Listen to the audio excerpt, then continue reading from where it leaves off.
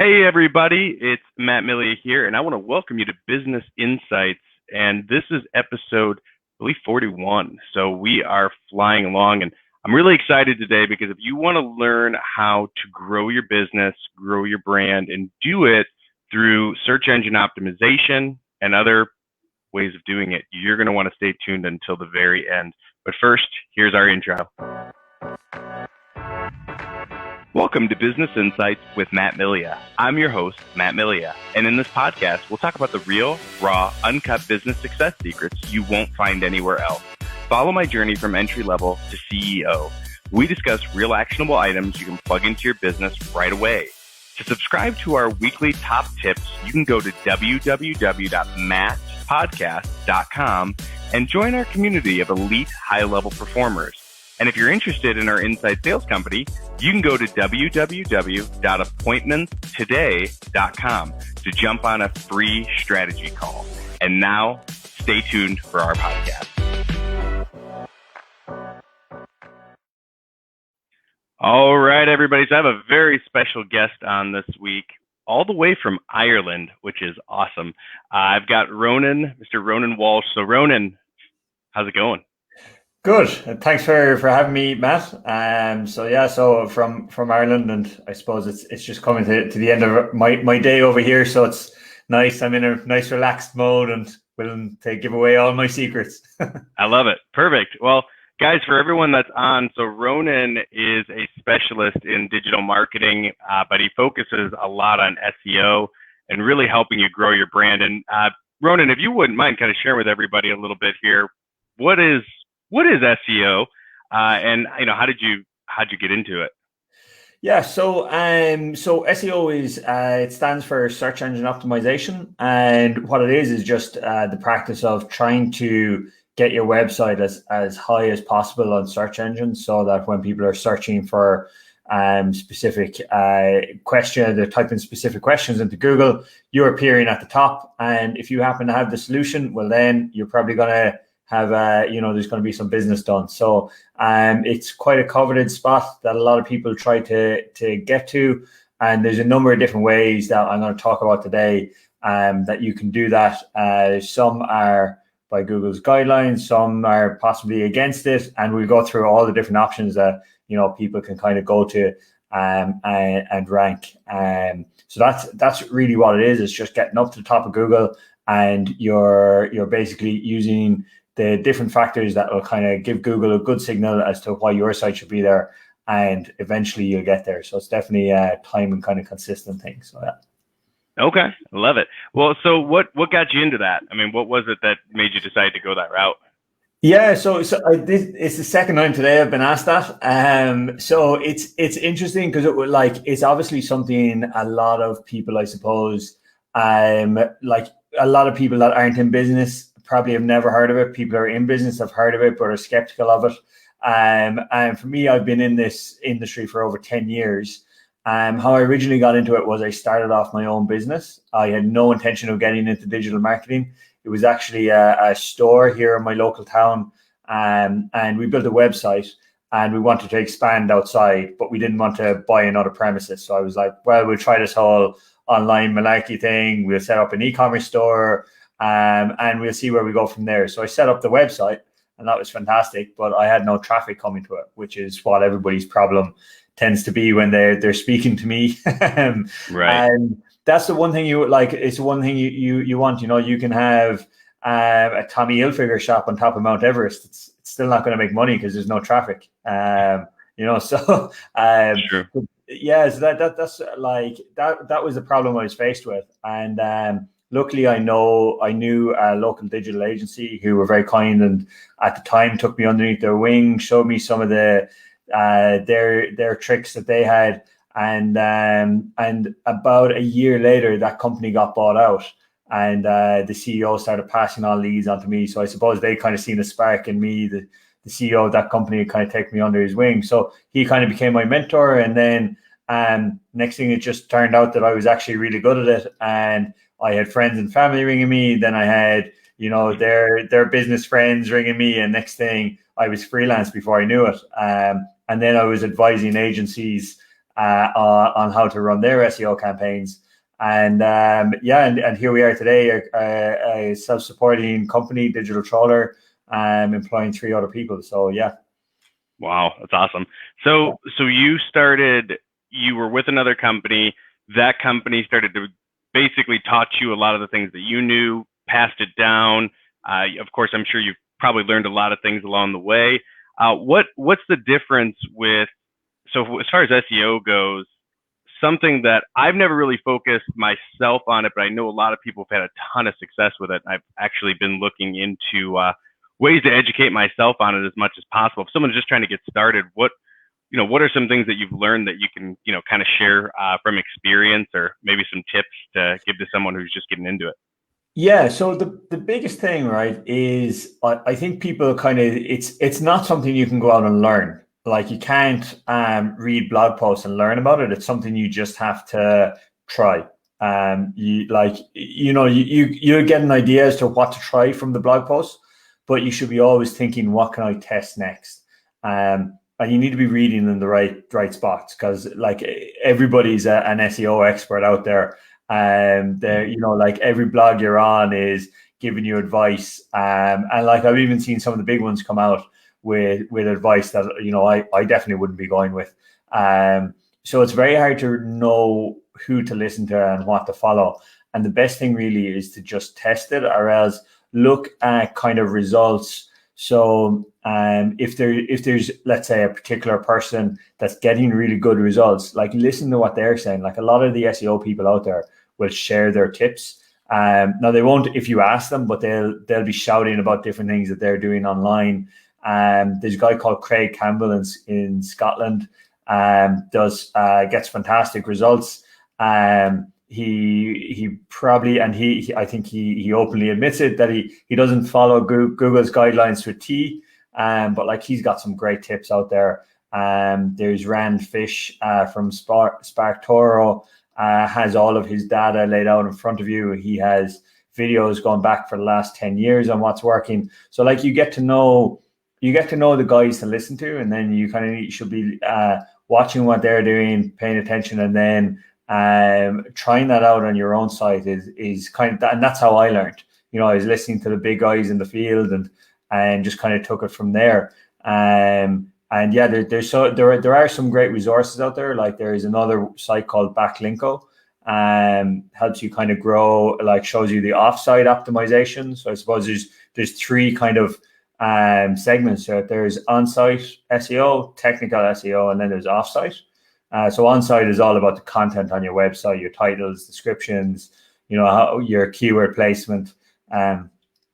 Technical then is all about, like, you're making sure Google can crawl through your site very well, and that your menu structure is, because, like, if the first thing in your menu is your contact page, Google's going to think that that's the most important page. So you need to have your menu structure that is actually prioritized in some sort of hierarchy, that Google can go, okay, these are this website's most important page. So there's a few different things you can do there. And then there's offsite, which is building links, which is basically getting other websites to link back to your website. And that then tells Google that, there's other people out there that think the information you're putting out there is of value, and they're willing to vouch for you by having the link on their website pointing back to you. And that tells Google how trustworthy your site is. So if you, like, you can create all the content you want, but if you don't have links pointing at you, it'll be very hard for Google to know what to rank you for, or how high they can rank you. And then it works the other way as well, where you can have all the links in the world, but if the content isn't on your site, you're not going to rank either. So you need to have those 2 things. And then in the middle of it is, you need to make sure that Google is able to actually crawl your site, and it knows that people are going to have a good user experience. There's not security issues or anything like that. So that's basically that would be kind of what I'd be saying to people if they want to learn. Pay attention to those 3 things. Find experts in the area, and listen to what they're doing, and try and do it as well.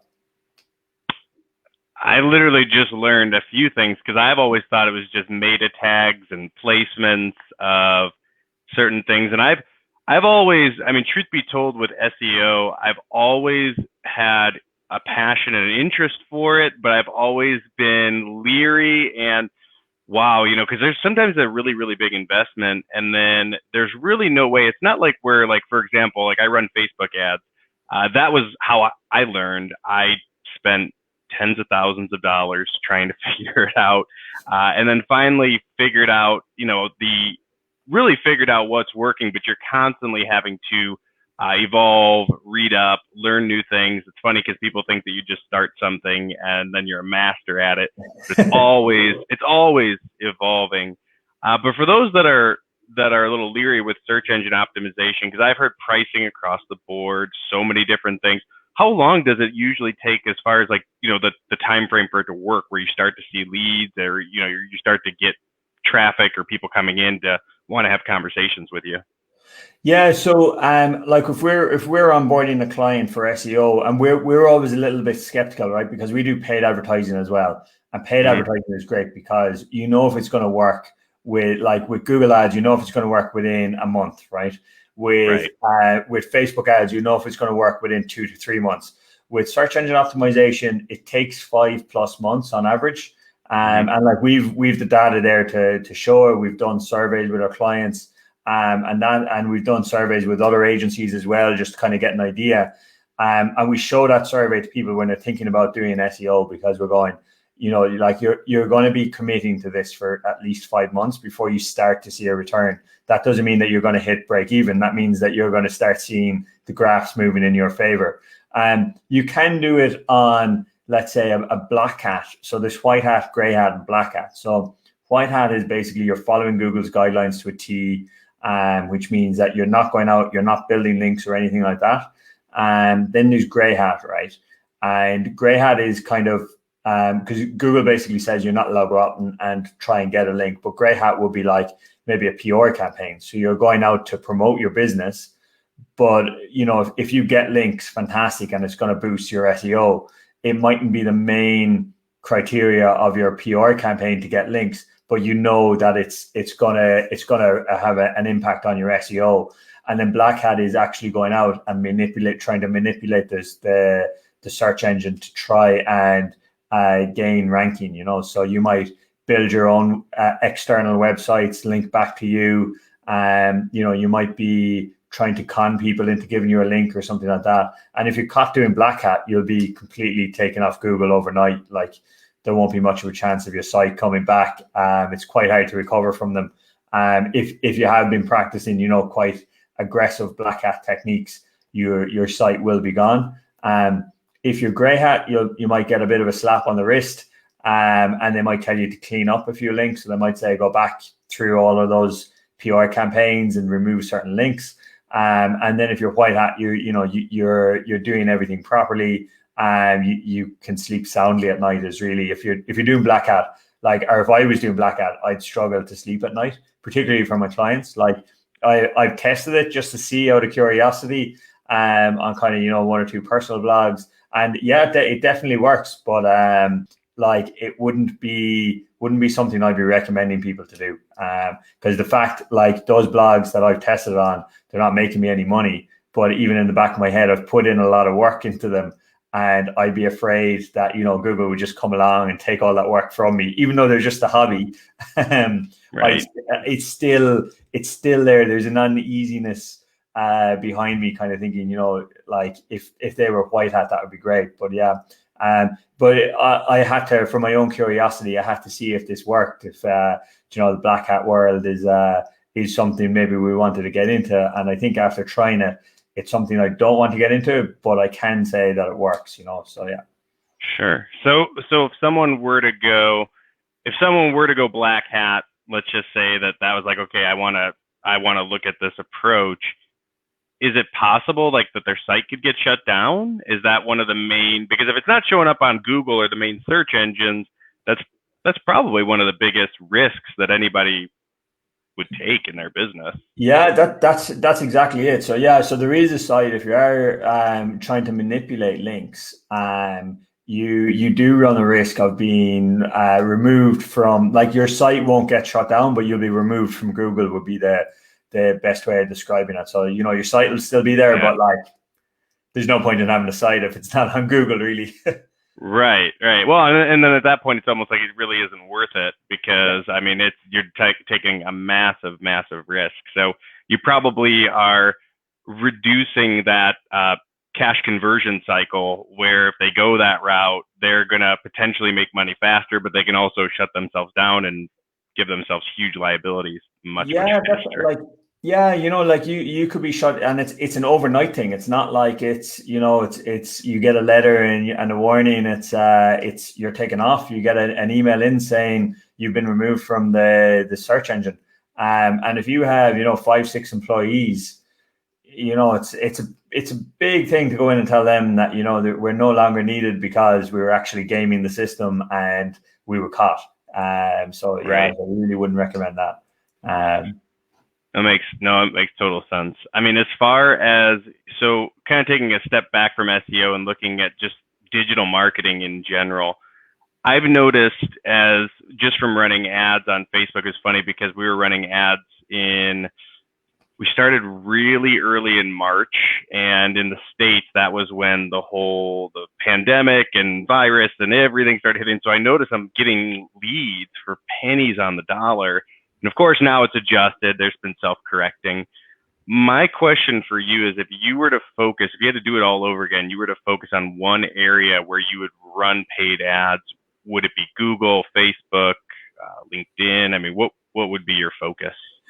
um, it, and I was on a podcast last week and I said this exact thing. So it depends, and it's such a digital marketing and an SEO cop out to say that, right? But it really I get it. depends on who you're trying to target, right? So if we were taking somebody on as a client, what we would do is we'd sit down and we'd work out who they're trying to target, and we'd start with surveys. So we'd actually go out, ask their customers, what are your problems? Where do you hang out online? How much time do you spend on Facebook? How much time do you spend in your emails?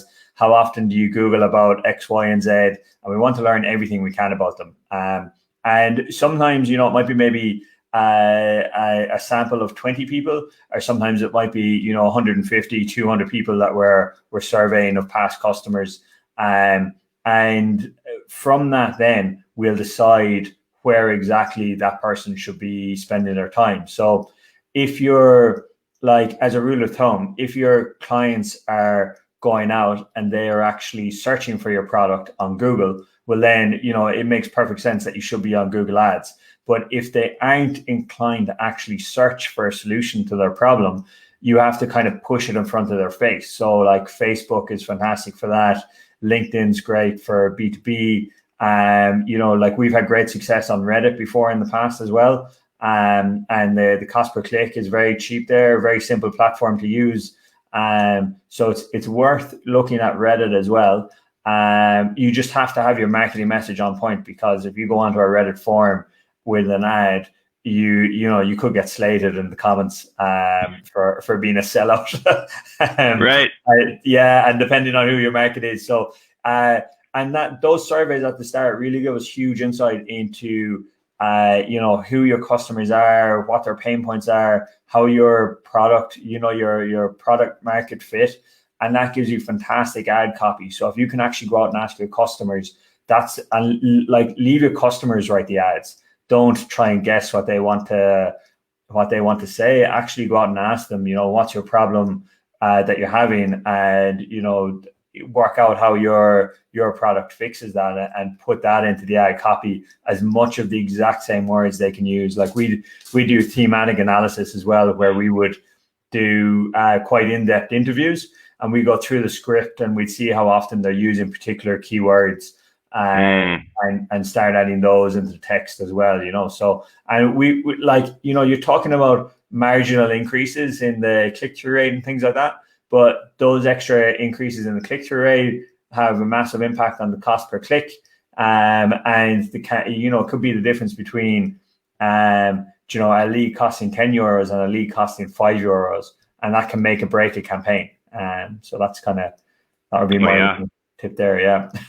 So, well, and that's brilliant. I'm glad you brought that up, because I know there are probably people that are watching, they may have even missed this, but so what he's doing, for everyone that's watching, he literally is going in and he's interviewing the core, the audience, the people that are going to buy your product. So whoever's going to buy your stuff, he's interviewing them and he's asking them, hey, what are your pain points? What are some of the biggest challenges that you have? What are some of the biggest obstacles that you have? And then he's reverse engineering it.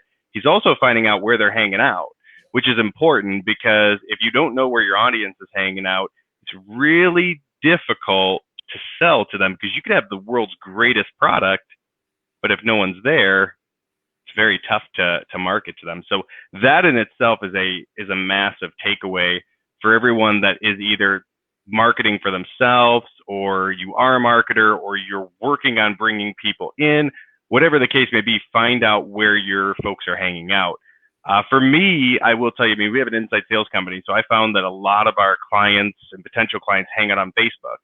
But I've also seen, I've seen it to where it's been a real shift where I've also seen Google's working as well. So it's a matter of, and Google is the one area, that is the area that I'm probably the least experienced, because Facebook, I've pretty much most of my money has gone into Facebook, and then LinkedIn. I've learned a little on LinkedIn. You said B2B is really good on LinkedIn? Yes, yeah. No, it can be. It depends on what sort of strategy you take, but yeah, we've seen success there. But we've seen B2B companies flop on LinkedIn as well. So it's really it's really circumstantial, like, you know. Yeah, that's where I'm at. I've killed it on Facebook, not so much LinkedIn. So that's kind of always been my one bottleneck. And I don't know if it's just, I use the same ad, which is probably where my challenge was. I used the same ad. It was a very disruptive ad that you'd look at, it would stop people from scrolling, click on the video. I use the video inside of LinkedIn. It just didn't perform as well. I mean, do you find that sometimes happens from platform to platform? Well, I suppose with LinkedIn, right, we wouldn't necessarily use ads per se in LinkedIn. We'd use like in-mail marketing and kind of messaging and things like that. And what we do is we don't try to go for the hard sell on LinkedIn. So it's all about trying to help trying to help the person solve their problem. Like, hey, I noticed you were in this industry. I've worked with so many CEOs or whatever, and I just thought you might be interested in this. And, it's just kind of a little push in the right direction. Might be try and get them to sign up to a newsletter, which puts them into a funnel or something like that. So that's kind of where we've seen the success on LinkedIn. LinkedIn ads, we find that the cost per click is way too high, and it just burns through budget, and the interaction's quite low on them. And my own personal opinion is that they aren't actually placed in the right place on the platform. So it's too much. It takes over too much of your feed, or else it's in the right hand, the sidebar on the right hand side, and it's just not in a similar way to Facebook, where Facebook almost feels like you naturally come across an ad, you naturally click on it, that you have kind of an interest in it. And I'm not too sure, maybe is it something to do with the targeting settings or something like that, but the ads on LinkedIn feel very forced for me. Whether if you can do kind of an intro of some sort on LinkedIn, if you think of it like your standard networking, that's kind of the way to view LinkedIn, where you're going out, you're meeting somebody in a networking, or you've been introduced to them at a lunch. There's no way you'd go for the hard sell. You'd ask them maybe a little bit about what they do, where their problems are, maybe, and then maybe you might introduce the idea that you can help them. You might just listen to their problem and go, actually, I can't help you at all, but you should talk to this guy. Right. So it's that sort of networking, and that's very acceptable on LinkedIn. Whether I think people end up getting a little bit annoyed at the minute on LinkedIn with the hard sale. So I think trying to avoid that is definitely something to look at. I'm glad you brought that up, because with LinkedIn, something I've noticed too recently, I'm usually very selective with who I'm going to connect with. And LinkedIn, I accept everyone just because I'm like, it's a networking platform. But as soon as I do it, it doesn't matter if it's 4:00 in the morning or 4:00 in the afternoon. As soon as I hit that accept button, I immediately get this like canned message, and it's like, hey, I'm looking for people that are local CPAs, and I want to help. And I'm like, oh my gosh, like as soon as I accept them. So it's definitely a lot different. Have you noticed? And again, the reason why I'm even looking at LinkedIn is just because that is where I've experimented, and I mean it's fallen flat every time. But I think a lot of that too is because my marketing magnets are not necessarily to.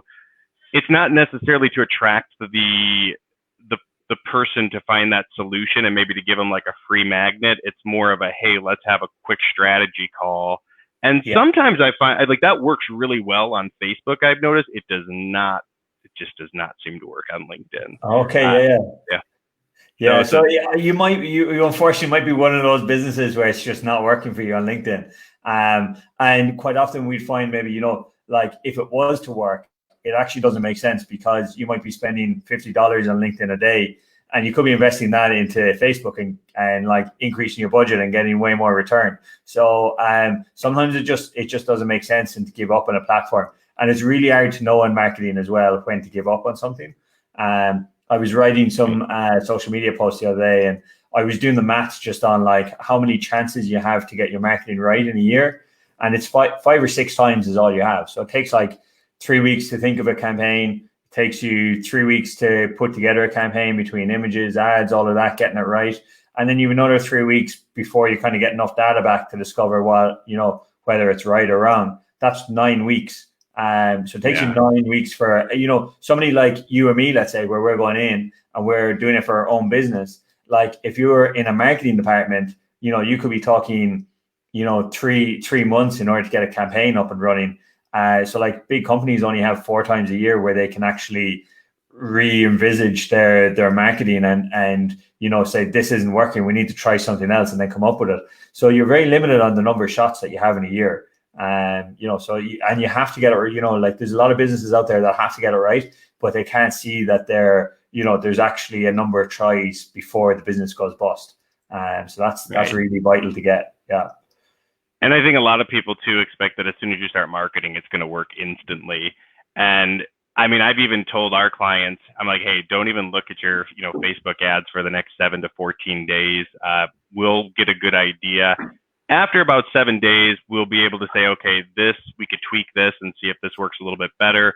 But I'm not going to touch anything until I have that at least small block, that tiny window of data, so that I can look and say, okay, based on these trends. And a lot of times too, people don't even realize if it's, for example, normally before all this stuff was going on, this is the time of the year between, I want to say, the 10th and the end of the month. Usually families are going on vacations and kids are starting school again. So it's usually very difficult for you to look and say, okay, these results are happening because of X, Y, or Z, unless you have years worth of data. Have you found that as well?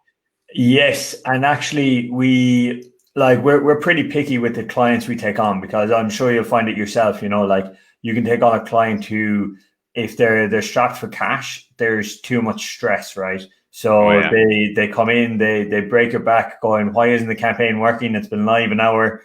They want results now. And then there's guys who are just conscious of cash anyway and time, and they like, let's say if there's a new product launch, they want the leads in fast as well. And there's certain people then that just aren't used to it, and it's just not a good fit. But what I was saying, I suppose, is that with startups, they can come in and they want the data, but we're working with a startup now at the minute, which is the ideal example, right? So it's a guy, he's set up businesses before, and we're working through now and we're building the funnel, and he's not too interested in the leads that come out of it. He's just interested in the funnel that we build. So we're using Google display ads, and we're getting people to a landing page. We're looking at how many people are clicking on the form. Then we're looking at how many people actually follow through and hit the GDPR acceptance rate. Then we're looking at how many people go through the email sequence and actually click to make a call. And we're constantly tweaking little bits of those emails and little bits of the landing page in order to just get it. But we've been at that for a month now. And originally we had a load of people come to the landing page, didn't click the form. Now we have a lot of people coming to the landing page and clicking the form and signing up. And now they're in the email sequence, and we're on the final step as to how to get them in to accept the call. So they're actually, this week, we've started to see them clicking on the call button, But now we're stumped again, where we're going, we have to get them over the next block where they're clicking and going to book in for a call. So they're, I'm sure your listeners are probably aware of Calendly as well, the online booking platform. So they're going to that page, they're landing on it, they're picking a time, and then they're not following through just at the very last minute. So we have to work out what's going through their head that's stopping them from actually committing to the call. And some feeling might be that it's too salesy, too hard on. So we're going to have to soften that blow in some way, or maybe have some sort of incentive to get to actually just talk to us. Like, that's all we want to do. And we know once we talk to them, they'll be they'll be a good lead. We'll be able to close the sale. But at the same time, it needs to be something from the marketing out in order to, how can we convince that person to trust us in order to just have a little conversation with us, And it can be, like I'm saying, there's months of work. There's 4 of us working on it, and each week we've gotten a little bit further, but every week we've left the call kind of itching our heads, going, what's next? And that's exactly what you're saying. It's looking at the data, taking it through step by step, and working out what's next. That's awesome. And I'm in the same, it's funny because we're literally in the same boat. We started running ads for, different sectors. I'm primarily do a lot of real estate. And then one thing that I notice is that we'll get a ton of people that'll click the link and they'll go in there, but then something is stopping them on, whether it's the landing page or something is stopping them on, just like you were saying in the Calendly, where they go to, book the consultation, but they don't do it. So yeah, I can relate to that 100%. So, well, and then last question I wanted to ask you, because this is something I thought was really interesting. So you actually you had a business that you sold. Was it, you sold it off to Amazon? No. I sold it to another owner. So that would have been the one that I set up originally. That looked in, but that wasn't my, so I worked as on a marketing team. So I would have looked after their digital marketing originally. And basically, so we, I would have worked with them for 2 years, and while we were there, I would have increased leads by about 4,000%. And as a result, then they were able to use that kind of data, like we're talking about there, the funnels, and they were able to use that then to actually, I suppose, pitch to Amazon and say, this is where the business is going. And, if you want to get in, now's the time. And those guys sold on their business for, it was over 10 million anyway. It was an undisclosed figure, but it was great to be able to be part of a team like that, where, like, when I joined them, there would have been maybe 10 people in an office. 2 years later, there were 60 people there, and their leads had absolutely skyrocketed through the roof. And multiple investors came in, and it was a great journey to be able to be part of. But unfortunately, it wasn't my business. Gotcha. As far as your clients go and where they're located, do you work with a lot of people in Europe and in the States? And or what's kind of the target market for you guys? Yeah, so we're online really. We're a remote team. We did have an office, and we were kind of working from a hybrid operation, but the city we're in, Limerick, is pretty small. So there's maybe 150, 200,000 people living here. And a lot of people, migrate to London, New York, wherever it is, or Australia, to kind of find more work. So we lose a lot of the talent in Ireland. And really, it just makes more sense. In order to get those experts in, I think you need to go abroad to actually find those people in the bigger cities who are willing to work and give their expertise back. Because what I was finding was, locally, I'd have to bring people in, train them up, and it was a lot of stress for myself. And then, because I'd obviously be expecting them to kind of train up. So that was kind of a lesson, I suppose, I learned. That's that is kind of, so we'll take on anybody from around the world. But I suppose really it would be maybe Eastern States, and kind of Europe, or maybe a little bit of Africa as well. We've done 1 or 2 jobs from Africa, a good bit in Europe. So we work with people in Germany, Belgium, Portugal, France, the UK, And we've had people in California, New York, and I think there was somebody recently in South America as well. So like, there's quite a good bit of the world there we can work with.